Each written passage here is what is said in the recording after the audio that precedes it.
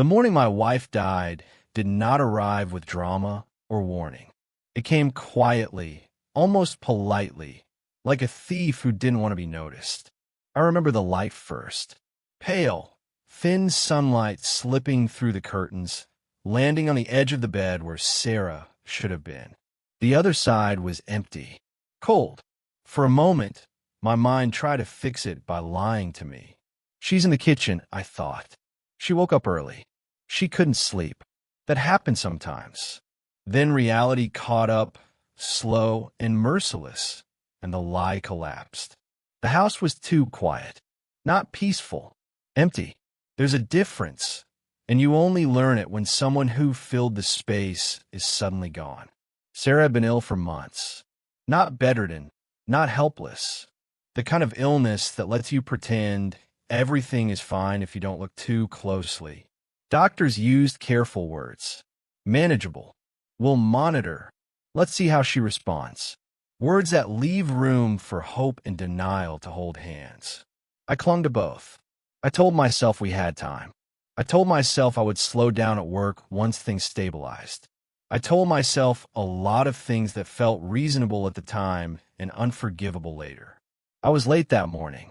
Again, a meeting that could have been an email, a call that dragged on, traffic that refused to move.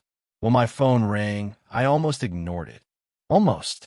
The hospital number flashed on the screen. Something in my chest tightened before my brain could catch up. By the time I arrived, she was already gone. No last conversation. No chance to say what I should have said years earlier. Just a doctor with tired eyes explaining procedures, timelines, and words like sudden complication. I nodded at the right places. Signed where they told me to sign. I watched my own hands move as if they belonged to someone else. I didn't cry. Not then. Shock wrapped around me like a thick coat, dulling everything. Calling our son was harder than hearing the news. Adam was 22. Old enough to understand death, I thought. Old enough to understand that life is messy and people don't always love perfectly. He answered after a few rings, his voice distracted. She's gone, I said. Silence followed. Long enough for me to check if the call had dropped. Okay, he said finally. That was it. No questions. No disbelief. Just one flat word that echoed in my head long after the call ended. The days before the funeral passed like a fog. People filled the house with food we didn't eat and words we didn't hear. Sarah's sisters cried openly. Neighbors whispered condolences. Adam stayed mostly in his room, door closed, emerging only when necessary. When our eyes met, there was something unfamiliar in his gaze. Not grief. Not exactly. Something harder. Sharper. I told myself he was processing. Everyone grieves differently. That's what people say when they don't know what else to say. The funeral was crowded. Too crowded. I stood beside the coffin, hands folded, listening to prayers I'd heard all my life but never needed this desperately. My mind felt hollow, like everything meaningful had been scooped out and replaced with noise. Adam stood at a distance, arms crossed, jaw tight. He didn't come near me. When the coffin was lowered into the ground, I searched for him, hoping he'd step forward, stand beside me, share the weight of this unbearable moment. He didn't. After the burial, people lined up to speak to me. Some hugged me. Some offered advice disguised as comfort. Then Adam walked toward me. For a brief, foolish second, relief surged through me. He's coming to his father. We'll break together. We'll grieve together. He stopped a few feet away. You don't need to pretend anymore, he said quietly. I'm not pretending, I replied, confused, still trying to read his face. He glanced at the grave and then back at me. His eyes were dry, accusing. She died thinking you didn't care, he said. So don't act like you do now. My throat tightened. This isn't the place, I said. We can talk later. There is no later, he replied. She's gone. And honestly, you're dead to me too. The words were calm, controlled, final. I felt the attention around us shift. Conversations hushed. I wanted to grab him, to explain, to beg him to lower his voice. Instead, I stood frozen as my son turned away and walked off, leaving me standing beside my wife's grave with a pain I didn't know how to carry. That was the moment grief turned into something else. Adam moved out a week later. He packed without drama, left his key on the table, walked out without a backward glance. No note, no explanation, just absence. I told myself I deserved it, that maybe I'd failed more deeply than I realized. I replayed years of late nights, missed dinners, postponed conversations. I had always believed providing was love. Somewhere along the way, that belief became a shield that kept me from seeing what was breaking inside my own home. The house became unbearable.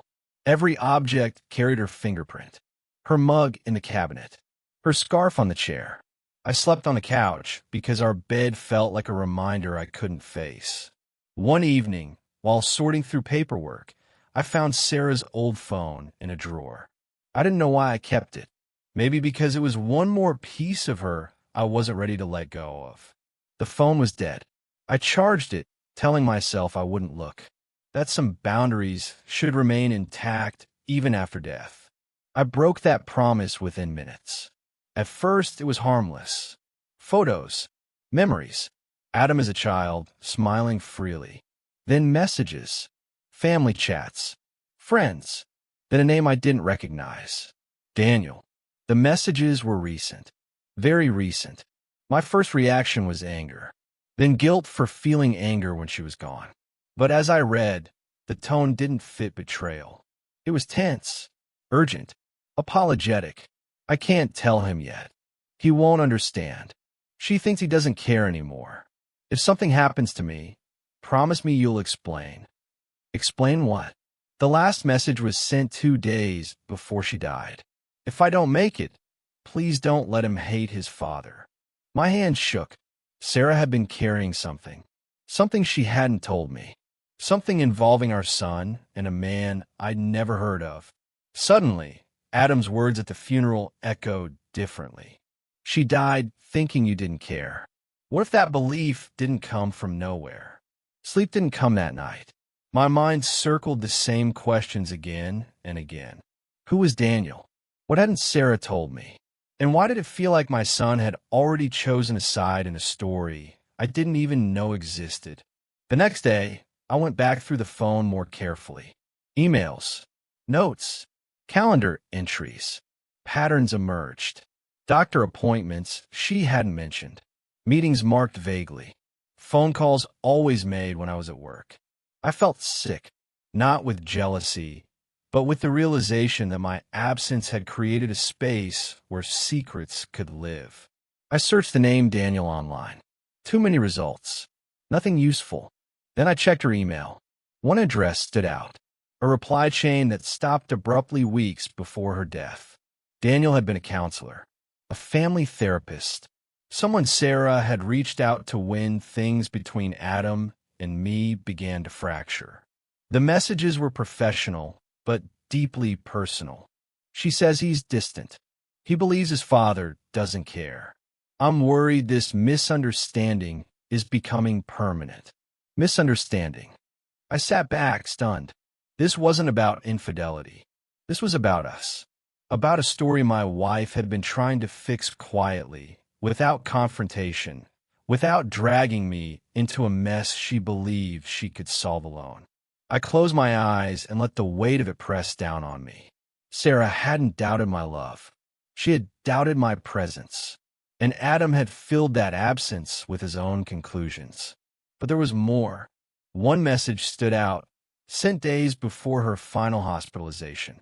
He confronted her. He believes his father chose work over her life. She couldn't correct him. She thought it would hurt him more. Confronted her. Adam had spoken to her. Alone, while I was somewhere else, doing something that felt important at the time and meaningless now. The puzzle pieces shifted, forming a picture I didn't like. Adam didn't hate me because of neglect alone. He hated me because of something he believed happened near the end. something Sarah hadn't corrected. That belief had hardened into certainty by the time of the funeral. I realized then that grief hadn't just taken my wife. It had erased my voice from my son's life. Days passed as I tried to decide what to do. Calling Adam felt pointless. He wouldn't answer.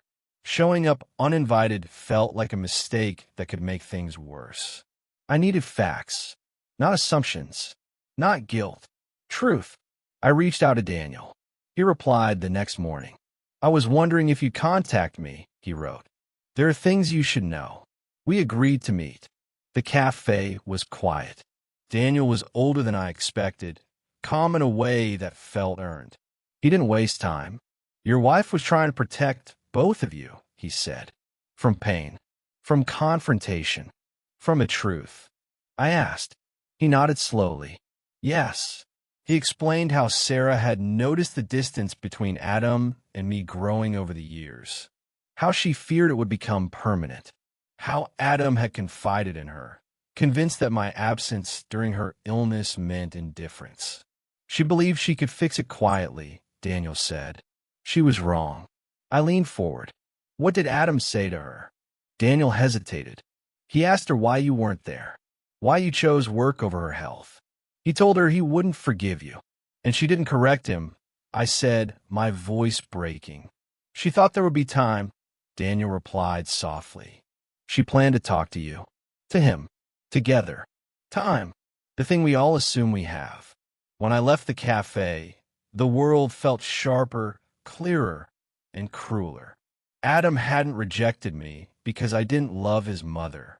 He rejected me because he believed I had abandoned her at the moment she needed me most.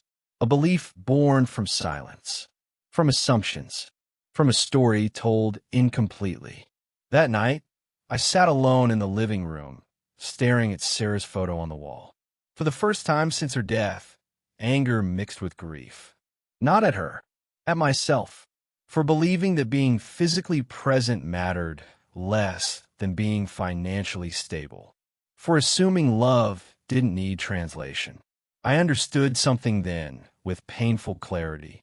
My son wasn't just angry. He was convinced. And unless that conviction was challenged with truth, I had already lost him forever. Knowing the truth did not bring relief. It brought weight. After meeting Daniel, I drove home without turning on the radio. Every sound felt intrusive, like noise trying to distract me from something that demanded to be faced. The city lights blurred past my windshield, but my thoughts stayed fixed on a single, suffocating realization. Adam did not hate me simply because I was distant. He hated me because he believed I had abandoned his mother the moment she needed me most. Belief is more dangerous than anger. Anger burns hot and fast, then fades. Belief settles in quietly and hardens into certainty. When I stepped into the house, it felt different. Not empty in the way it had after Sarah's death, but exposed, as if every wall knew something I didn't. I set my keys down and stood there longer than necessary, listening to the hum of the refrigerator, the ticking clock, the faint sounds of a life that continued without her. I sat at the kitchen table and stared at the surface where she used to rest her hand while she talked. I could almost see her there, leaning forward, explaining something gently, trying to make peace without confrontation. I wondered how many times she had wanted to speak directly and chose silence instead. How many times she had carried the weight of our family alone because she believed it was kinder than conflict. I slept less than an hour that night. The next morning, I called Adam, straight to voicemail. I didn't leave a message. Anything I said would sound offensive, rehearsed, or desperate. Instead, I sent a single text. "I'm here when you're ready." No reply. The day dragged on in slow motion. I checked my phone constantly, knowing it wouldn't change anything. Each passing hour without a response tightened something in my chest. It felt like standing outside a locked room, knowing the person inside could hear you and was choosing silence. On the third day, I stopped waiting. I went to the cemetery after sunset. The place was quiet, illuminated by low ground lights that cast long shadows across the grass. The air was cool, damp with the smell of earth and flowers left by strangers.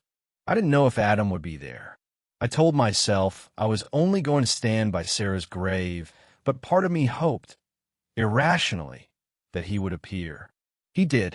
He stood several feet away from the headstone, hands buried deep in his jacket pockets, staring down as if the ground might answer him. He didn't look broken. He looked contained, controlled. That frightened me more than tears ever could have. I stayed back at first, giving him space.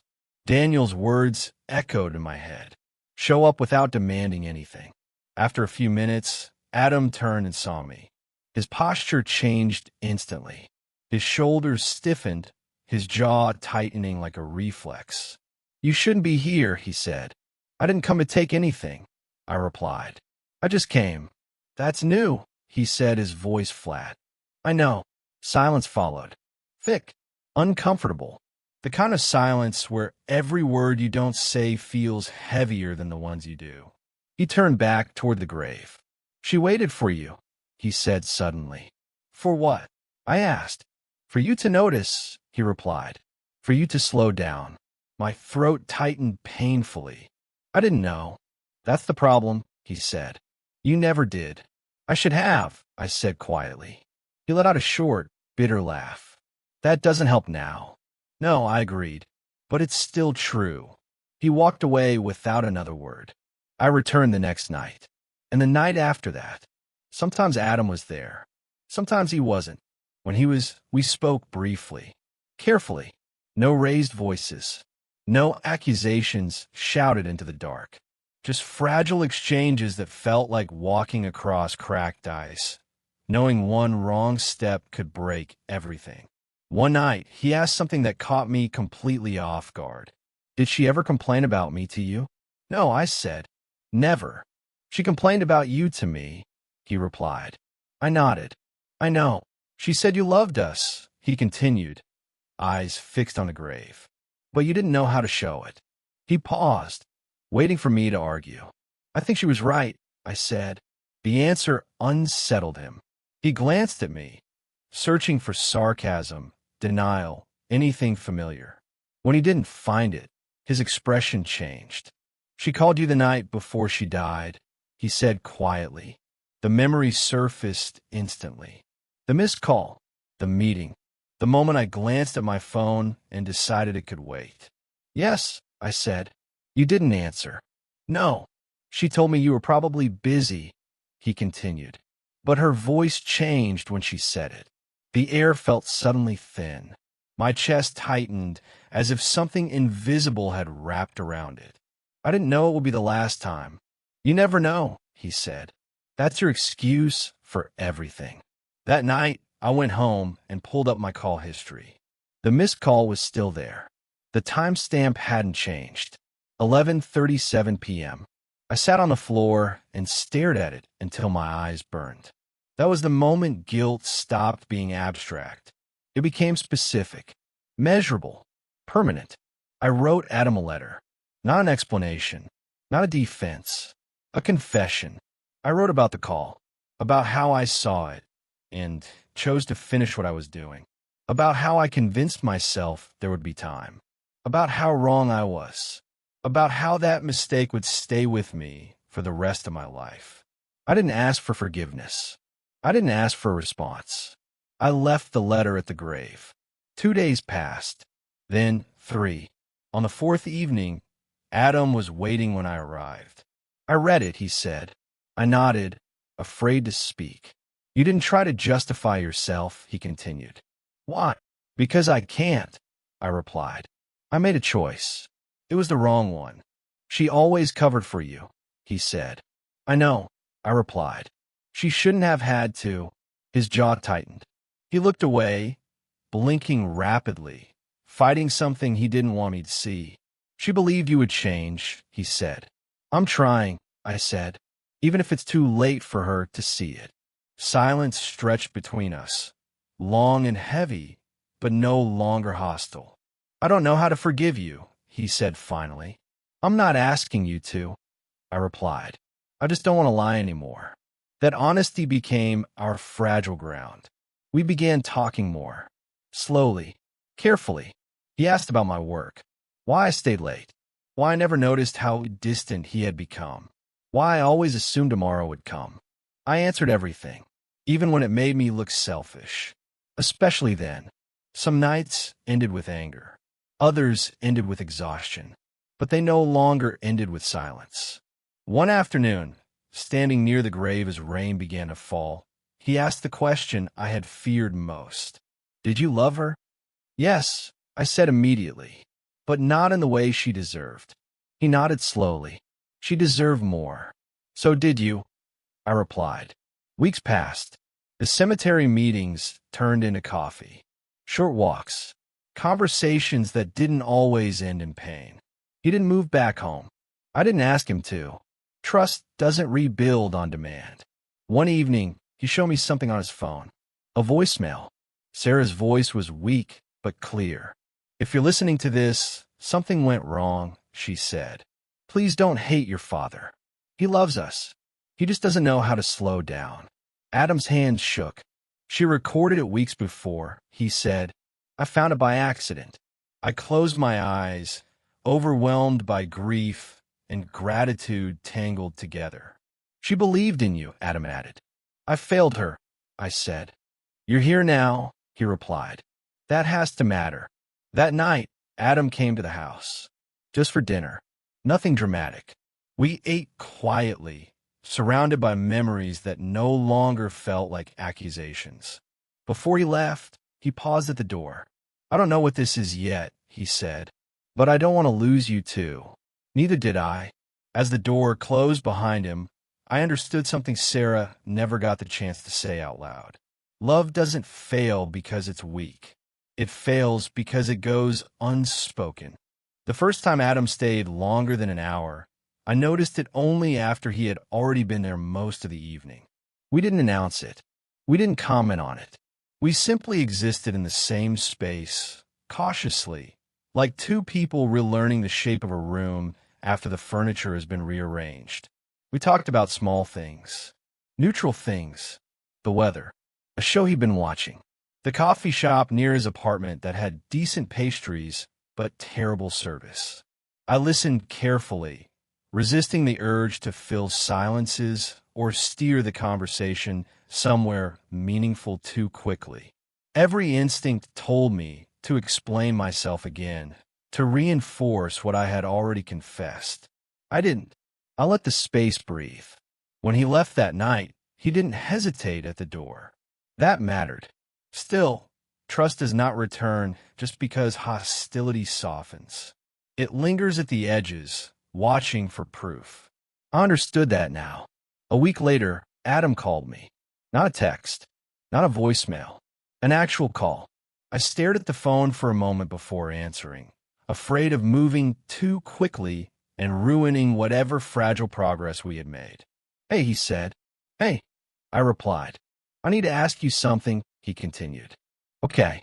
There was a pause. I could hear traffic in the background, the sound of movement, of a life continuing. Did you know she was scared? He asked.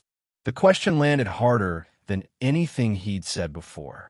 Of dying, I asked carefully. No, he said. Of us. I swallowed. Not enough. She thought we'd never fix it, he said. That even if she lived, we'd already lost each other. The idea unsettled me deeply. Sarah had always seemed hopeful, even when things were strained. I realized how much she must have kept to herself. I didn't see that, I admitted. That's what scares me, Adam replied. How much you didn't see. He wasn't accusing me. He was afraid. I see now, I said. Too late for some things. Not for everything. He didn't respond right away. Can we talk? He asked finally. Not at the cemetery. Not at your place. Where? I asked. My apartment, he said. The invitation felt heavier than forgiveness. When I arrived, I noticed how different his space was from the last time I'd seen it. Cleaner, more deliberate, like someone trying to build control where they'd lost it elsewhere. He offered me water, then changed his mind and poured coffee instead. Neither of us touched it. "I've been thinking a lot," he said, sitting across from me, "about what actually happened, not just what I believed." I waited.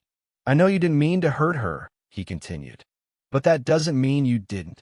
"You're right," I said. "That's the part I'm stuck on," he said. "Intent doesn't undo damage." "No," I agreed. "It doesn't." He leaned back, rubbing his hands together. "I keep asking myself whether I can trust you not to disappear again." The honesty in his voice hurt more than anger ever had. "I can't promise I'll never make mistakes," I said, "but I can promise I won't be absent without explanation anymore." He nodded slowly. "That's a start."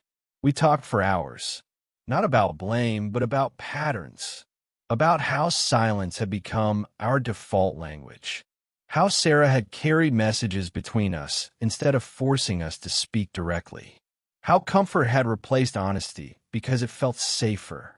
She was protecting us, Adam said, but she also kept us from fixing things. "Yes," I said, and I let her.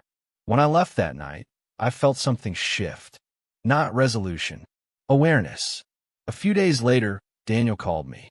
"I wasn't sure if I should," he said, "but I thought you should know something." "What?" I asked. "Your wife was planning to leave," he said gently. The words knocked the air out of me. "Leave?" I repeated. "Not permanently," he clarified. "She was considering a separation, a temporary one. She believed distance might force change." I sat down slowly. "She never told me." "She didn't want to threaten you," Daniel said. "She wanted you to choose her without being pushed." The irony cut deep. Sarah had been preparing to step away, so I would step closer, and now she was gone. "I'm telling you this," Daniel added, "because Adam may find out, and when he does, it will complicate things." He was right. Adam found out 2 weeks later. Not from Daniel. From an old journal Sarah had kept, one she had hidden in a box under the bed. Adam discovered it while sorting through some of her belongings I had avoided touching. He came to me with it in his hands. "She was going to leave you," he said. "Yes," I replied quietly. "I know."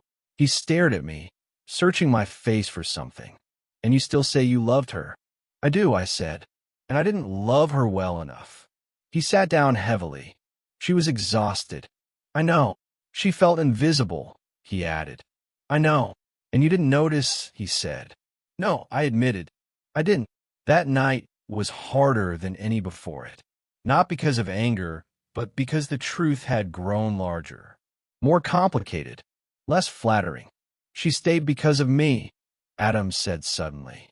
"She didn't want to break the family." "And I took that for granted," I said. He looked at me sharply. "That's the part one don't know how to forgive." "I don't expect you to," I replied. "I just want you to see me clearly now." He was quiet for a long time. "You're not who I thought you were," he said finally. "That's good," I said, "because I don't want to be that person anymore." Change is easy to promise when loss has already taken everything. The real test comes when life begins to settle again. I started making changes that had nothing to do with Adam directly. I left work earlier. I declined meetings that didn't matter. I learned how to sit in silence without reaching for distraction. These weren't gestures meant to impress anyone. They were corrections I should have made years earlier. Adam noticed. "You're different," he said one afternoon. "I'm trying to be," I replied. He nodded. "Don't stop." One evening, he asked something that surprised me. "Would you have stayed if she'd left?" he asked. "Yes," I said without hesitation. "I would have fought for her." He studied me, even if it meant changing everything. "Yes." "She didn't believe that," he said quietly. "That's my fault," I replied. We talked about grief differently now, not as something to endure, but as something that had reshaped us permanently. Adam admitted he still felt anger sometimes. I admitted I still felt shame. We didn't rush each other past it. One night, months after Sarah's death, Adam stayed late. Very late. We sat in the living room, the same one that had once felt unbearable. I miss her, he said suddenly. So do I replied. I keep wondering what she'd say if she could see us now, he added. I thought for a moment. I think she'd be relieved. He smiled faintly. She'd tell us to stop being stubborn. She always did, I said. That night, Adam didn't leave. He slept in his old room. It wasn't a reunion. It wasn't a return to how things were. It was something new, something fragile, something earned. In the morning, he helped me make breakfast, burned the toast, complained about it, laughed when I reminded him he always burned toast as a teenager. For the first time, the house felt like a place where life could continue. Before he left, he turned to me. I'm still angry sometimes, he said. I expect that, I replied. But I don't want to live in it anymore, he continued. Neither do I said. As the door closed behind him, I understood something that grief had taken too long to teach me. Love doesn't disappear when someone dies. It changes shape, and sometimes it demands more honesty than we were ever taught to give. In the weeks after Adam stayed the night, something settled between us. Not peace, but permission. Permission to exist without explaining ourselves constantly. Permission to feel joy without guilt and sadness without panic. We were no longer repairing something broken.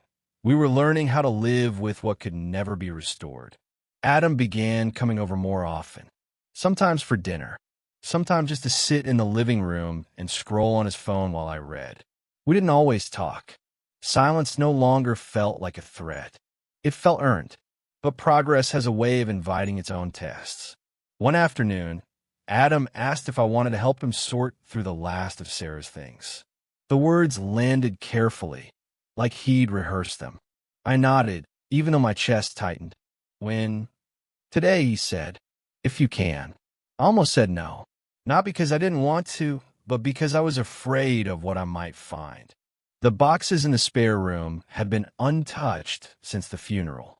Every time I passed the door, I felt the same instinctive resistance I used to feel when I saw Sarah sitting quietly at the table, waiting for me to notice something was wrong. We started with clothes, scarves, shoes, ordinary things that felt unbearable simply because they belonged to her. Adam worked methodically. I didn't. I stopped often, holding objects longer than necessary, letting memory take over. Halfway through, Adam pulled out a small envelope. It's addressed to you, he said. My name was written in Sarah's handwriting. Calm, familiar. I didn't open it right away. You don't have to, Adam said. I want to, I replied. Just not yet. We finished sorting before I sat down alone with a letter. Inside were 3 pages. Not long, not dramatic, just honest. She wrote about being tired, about loving us both fiercely and feeling caught between us, about hoping that distance might teach us what proximity had not. She wrote that she never doubted my love, only my awareness. And then she wrote something that changed how I saw everything. If you were reading this, it means I didn't get the timing right, she wrote. Please don't punish yourself forever. Learn. Let our son see you learn. I closed my eyes and let the words settle. That night, Adam asked to read it. I handed it to him without hesitation. He read slowly. When he finished, he sat very still. She was trying to save both of us, he said. Yes, I replied. And she did, just not the way she hoped. Loss doesn't stop asking things of you. It demands choices long after the funeral ends. A month later, Adam told me he'd been offered a job in another city. Is that what you want? I asked. I think so, he said. I don't want to run away, but I don't want to stay frozen either. I nodded. You shouldn't plan your life around my grief. He studied me. Are you sure? Yes, I said. If I ever tell you otherwise, remind me of this conversation. He smiled faintly. Deal. The move happened quietly. No dramatic goodbye. Just boxes, a hug, and a promise to call. When he drove away, I felt the old fear rise. Absence, distance, the risk of silence returning. But this time was different. He'd call that night, and the next, and the next, sometimes just to say nothing important, sometimes to ask questions he'd never asked before. About Sarah, about me, about himself. One evening, he asked something unexpected. "Were you ever scared?" he said. "Of what?" I asked. "Of being alone," he replied. I thought about it. "I think I was more scared of stopping," I said. Stopping meant facing things I didn't know how to fix. He was quiet for a moment. "I think she knew that." "I think she did too," I said. Months passed. Seasons shifted. The house changed again, not into what it had been, but into something quieter and more intentional. I removed things I kept only out of guilt. I kept others because they mattered. I started volunteering at a community center, not to fill time, but to use it differently. Listening came easier now. I noticed when people went quiet, when they hesitated, when they were asking without asking. Adam noticed too. "You're different," he said one weekend when he visited. "I hope so," I replied. "I don't mean worse," he said. "Just present." That word again. Present. One night, during a long walk, Adam stopped suddenly. "I was angry at you because it felt safer than being angry at her for leaving," he said. I didn't interrupt. "And now I'm angry at myself for not seeing how much she carried," he continued. "That's grief," I said gently. "It shifts targets." He nodded. "Does it ever stop?" "I don't think so," I replied. "But it does become quieter." The hardest test came unexpectedly. On the anniversary of Sarah's death, Adam hesitated before coming over. "I don't know how to do today," he admitted. "Neither do I said.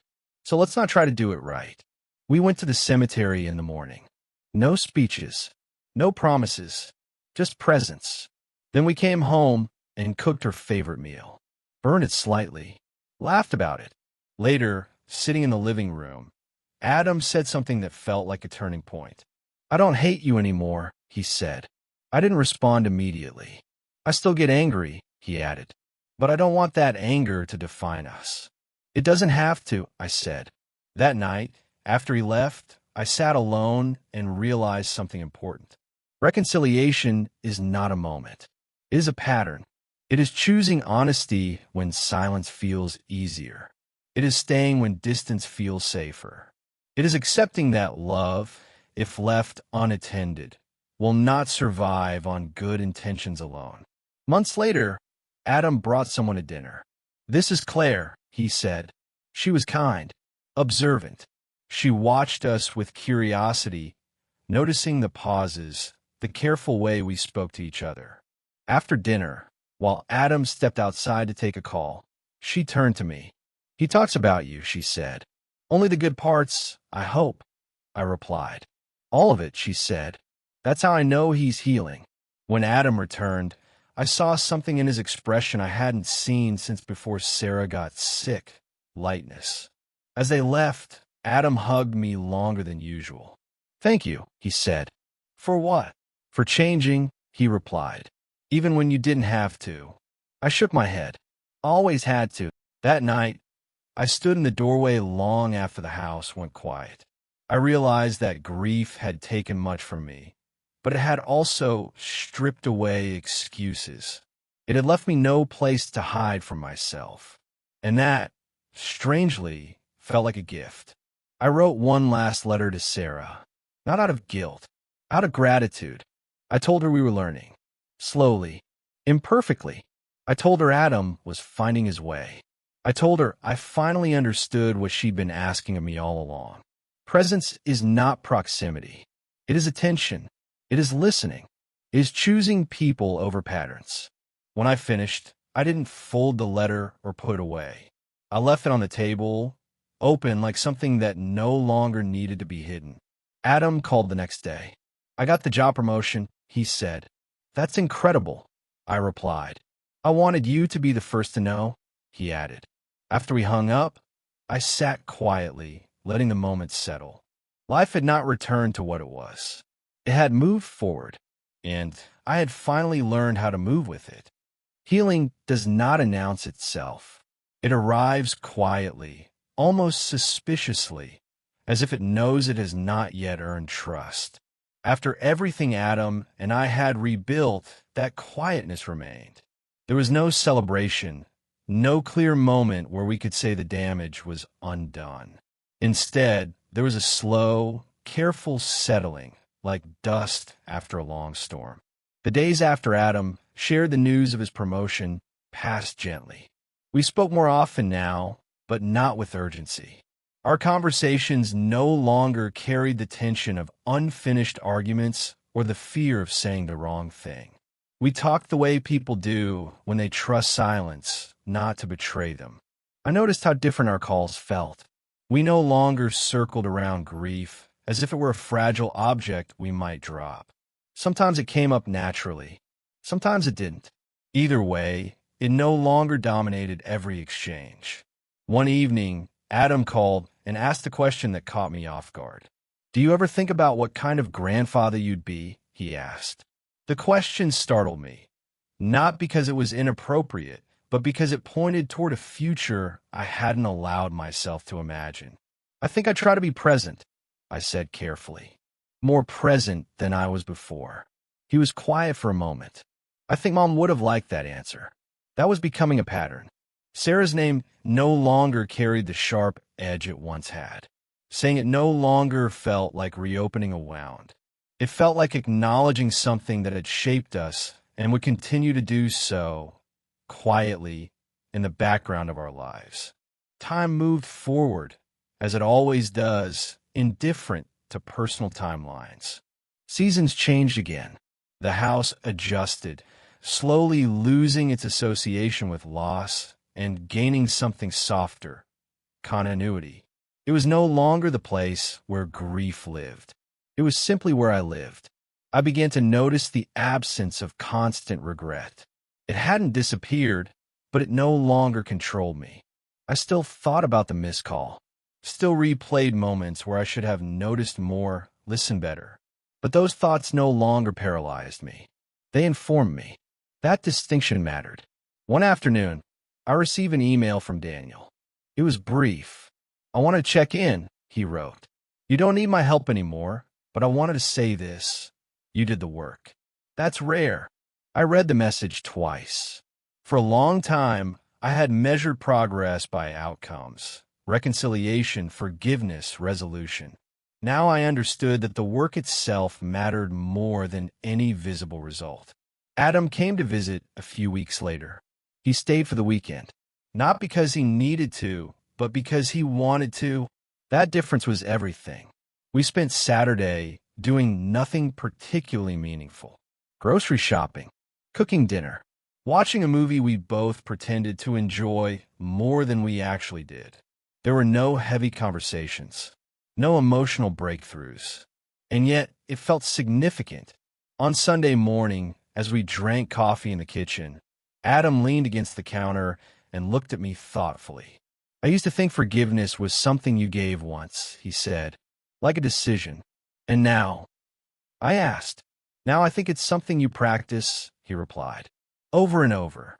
I nodded. "That's been my experience too." He hesitated. "I don't forgive you every day." "I wouldn't expect you to," I said. "But I don't want to hold on to the anger anymore," he continued. "It takes too much energy." That admission felt like a quiet milestone, not because it erased the past, but because it loosened its grip. Later that afternoon, Adam asked if he could take a few of Sarah's things with him. "Of course," I said. He chose carefully: a scarf, a small framed photo, a book she used to read over and over. When he finished, he looked almost relieved. "I don't feel like I'm abandoning her by moving forward anymore," he said. "You're not," I replied. "You're carrying her differently." He smiled at that. After he left, I found myself standing in the spare room again, the one that had once held so much avoidance. The boxes were gone now. The room was empty. Not painfully empty, simply open. I realized something then that surprised me. I was no longer afraid of remembering. The fear had shifted. It was no longer about reopening wounds. It was about forgetting the lessons those wounds had taught me. That night, I dreamed of Sarah for the first time in months. Not of her illness, not of loss. She was standing in the kitchen, doing something ordinary, smiling faintly. She didn't speak. She didn't need to. When I woke up, I didn't feel shaken. I felt steady. The next morning, I wrote in a notebook I had kept since her death. I had used it at first to pour out grief, confusion, regret. Now the tone was different. I wrote about Adam, about how relationships don't heal through explanation alone. They heal through repetition, through showing up again and again, even when it's uncomfortable. Especially then. I wrote about how silence can be neglect, but it can also be respect. The difference lies in intention and awareness. I wrote about presence. Months passed. Adam's life continued to grow outward. New responsibilities, new relationships, new pressures. And yet, our connection remained steady. We didn't cling to each other. We didn't test each other. We simply stayed in touch. One evening, Adam called with news that changed the shape of everything again. I asked Claire to move in with me, he said. I smiled into the phone. How did she take it? She said yes. He replied, his voice lighter than I'd heard it in a long time. I'm happy for you, I said, and meant it completely. There was a pause. I was nervous to tell you, he admitted. Why? I asked. I didn't want you to think I was replacing Mom, he said. The old version of me might have reassured him too quickly, might have dismissed the concern without acknowledging its weight. Instead, I said, I think your mother would want you to build something new, not because she's replaceable, but because love isn't finite. He exhaled slowly. That's what Claire said, too. A few weeks later, Adam and Claire came to dinner. The dynamic was different this time, less tentative, more natural. Claire asked thoughtful questions. She listened carefully. She didn't avoid Sarah's name, but she didn't force it either. After dinner, while Adam stepped outside to take a call, Claire stayed back with me. He's changed a lot, she said. Yes, I replied. So have I. He talks about how hard this year was, she continued, but also about how important it was. I nodded. Growth rarely comes from comfort. She smiled softly. I think he learned something from watching you. That statement stayed with me long after they left. The truth is, I had not changed to teach Adam anything. I had changed because the cost of not changing had become unbearable. But if something good had come from that effort, if it had given my son a model for honesty and accountability, then perhaps some meaning could be drawn from what we lost. On the anniversary of Sarah's birthday, Adam called early in the morning. I don't feel sad today, he said. Is that okay? Yes, I replied. It is. I still miss her, he added. So do I said. Those two things can coexist. We didn't go to the cemetery that day. We didn't need to. We shared stories over the phone instead, laughed at memories that once felt too painful to touch, that felt like progress. As the year came to a close, I noticed something else changing. My sense of identity was no longer tied solely to loss or redemption. I was no longer defining myself by what I had failed to do. I was defining myself by what I was choosing to do now. I spent more time with friends I had neglected. I allowed myself to rest without guilt. I noticed when people around me struggled and offered presence instead of advice. One evening, as I sat alone in the living room, I realized something quietly profound. I was no longer waiting for forgiveness. Not from Adam, not from Sarah, not from myself. Forgiveness had been replaced by responsibility, and responsibility felt steadier. Adam visited again near the end of the year. As we stood at the door saying goodbye, he paused. I don't think we're done healing, he said. No, I agreed. Probably not. But I'm not afraid of it anymore, he continued. Neither am I said. After he left, I stood there for a long moment, then closed the door gently. The house was quiet, but not empty. It held memory, growth, and space for what came next. Grief had once taken everything it could from me. But it had also forced me to confront the ways I lived without awareness. It had stripped away excuses, illusions, and urgency masquerading as importance. What remained was something quieter. Attention, listening, presence. Not as an idea, but as a practice. Life had not returned to what it was. It had moved forward, and this time I moved with it.